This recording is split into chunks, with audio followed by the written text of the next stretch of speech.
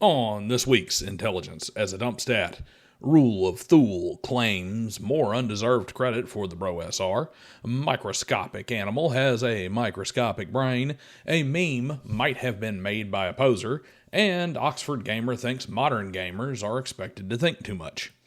Hello everybody, it's Daniel and you have found your way to Driving and Dragons. Here you will find the most over-the-top reactions to the most under-the-grade TTRPG takes, as well as the loudest voice for the advancement of BC headache powder in the tabletop hobby. This week has had a fair number of Nimrods to explore from all over the spectrum, pun intended. While you are here, drop down to the comments, leave your thoughts, and do all the YouTube stuff while you're there. You know, like, share, subscribe, hype, that stuff. Do you like cars? Would you like to see someone win one? Well, that's what my Patreon memberships and supers here on the channel fund. Cars that I restore and give away. So pitch in if you feel the content is worth a few bucks. Also, members get every video on the channel except Intelligence as a Dump Stat videos early. And that's really because the Intelligence as a Dump Stat runs Monday through Sunday and I film it on Sunday night. My first stream of April is this Thursday at 6 Central. So pencil that in if you haven't. That's enough announcements. Let's get on with the show. One of the things that annoys me the most about those who ride the short bus of the OSR is their full-throated competence in taking credit for things that they have little if no claim to. The Bro SR loves to talk about how they are solely responsible for things developed decades before their existence. In the car world, these idiots would pull up in a lead sled with four-wheel drum brakes and a giant steering wheel, telling you that they discovered the real way to stop a car and that power steering was never meant to be part of a vehicle. Well, here we have Rule of Thule, another bro nobody with his lips firmly attached to Jeffro Johnson's rectum, claiming that Jeffro is responsible for the 2010s resurgence in pulp fiction.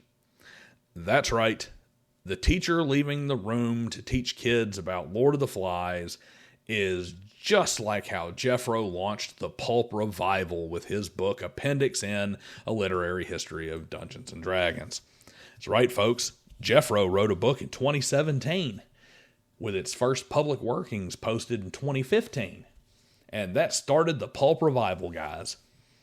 You know, the trend towards a return to pulp-style fiction that is largely held to have been started in roughly 2007, a full 10 years before Jeffro punched out his only book that has any merit whatsoever. I swear, the Bro SR would claim that Jeffro revolutionized bourbon by rediscovering Blanton's or Buffalo Trace in 2026. Speaking of literary trends and such, X has been on a buzz about modern fantasy and out here in our little corner of the world, the focus is of course on how that modern fantasy impacts D&D. Lord Otter spoke about how D&D rose from the pulps of the 30s and the fantasy revolution of the 60s and 70s, and as such, the modern idiocy of things like Strixhaven and, you know, whatever other nonsense they've cranked out in pastel rainbow DEI world over at WotC. Basically, those things would never have gained any purchase. Enter one Microscopic Animal. This guy counters that the reason is because fantasy in the 70s was one-dimensional. That the genre grew, and now we have things like Harry Potter. All right, this is not a person to be taken seriously. It's ironic that a video of noted Yale literary critic Harold Bloom from the year 2000 is also floating around this week, because in that clip he more or less points out that children would be better off not reading at all than reading the endless string of nonsensical cliches that is Harry Potter. In fact, the common complaint of modern fantasy readers is that modern fantasy lacks depth and every story is essentially the same one-dimensional slop. And yet this moron wants to stand Harry Potter up against the likes of the Earthsea Cycle, Watership Down, the Dragon Riders of Pern, Elric of Meldebona, the Silmarillion, and it can go on and on and on. And seriously, I thought that Rule of Thule had the dumbest thing to say about literature this week, but here comes old Micro Brain with one of the most asinine comments that I've seen since the start of this series. But you know what? I do know a place that you can find the kind of engaging, imaginative fantasy and science fiction stories that they did write for us back in the old days. And that's in the pages of Corvid Codex Volume 1. That's right, it's shill 30 here on Intelligence as a Dump Stat. I won't belabor the point. The book is fantastic. The writers put out some really good stories. Then they may not be on the level of Le Guin and Moorcock and McCaffrey, but they are a lot better than the crap that these publishers crank out today. 7 unique stories written by 6 authors, illustrated by 2 of the OSR's best artists. Links are below. Grab a paperback copy or download it as an ebook, and be on the lookout for Volume 2 in July. Back to our regularly scheduled stupidity. Have you ever seen that meme of Steve Buscemi where he's dressed like a high school kid saying, "Hello, fellow teens"? It's from some movie that I haven't seen, I'm told. But the point of the meme is to mock those situations where someone is trying to act like they are part of a group that they are clearly not. Well, that's kind of what whoever made this dumpster fire of a meme did. Just look at it. Look at it. "Hello, fellow grognards. Want to hear about my instant death trap? Yeah, you get no save. You just go straight to rolling death saves. These sparkle goblins don't know about real D&D.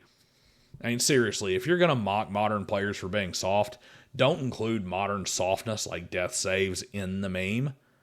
I don't know who made this meme, but it's okay.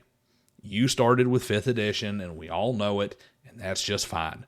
We will still teach you how to roll 3d6 straight down the line and love it."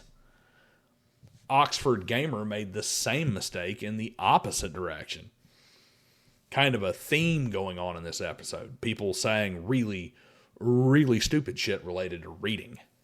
He thinks that the outmoded format of RPG adventures with high word counts and text boxes filled with descriptive prose have got to go. That's right, GMs get confused by all that descriptive and environmental information and narrative explanations. You just need to put down the stats for the traps and the monsters. Don't expect us to read. Hell, give us a 4-option dialogue choice wheel when we come up to an NPC while you're at it, and maybe add one of those giant glowing exclamation points over people who might have quest leads. Seriously, it's like you people who never played a video game before you designed your tabletop game. Honestly, guys, the super gamist rules as written crowd likes to mock modern players for their video game simulators, but is it really too early to start calling them like the horseshoe OSR since they just wrap around and do the same shit from a different direction? Alright, that's all I'm covering this time, folks. I thought about blasting Nerd Cognito over the whole Nat 20 instant success debate, but, they Forrest Gumped right past the goal line and out into the stadium across the parking lot, but this seems like a nice, neat little episode about illiteracy and its various presentations in the TTRPG hobby. So I guess Ryan David and a few others get a free pass this week. Next time I won't be so forgiving. Have a good evening, folks. I'll see you next time.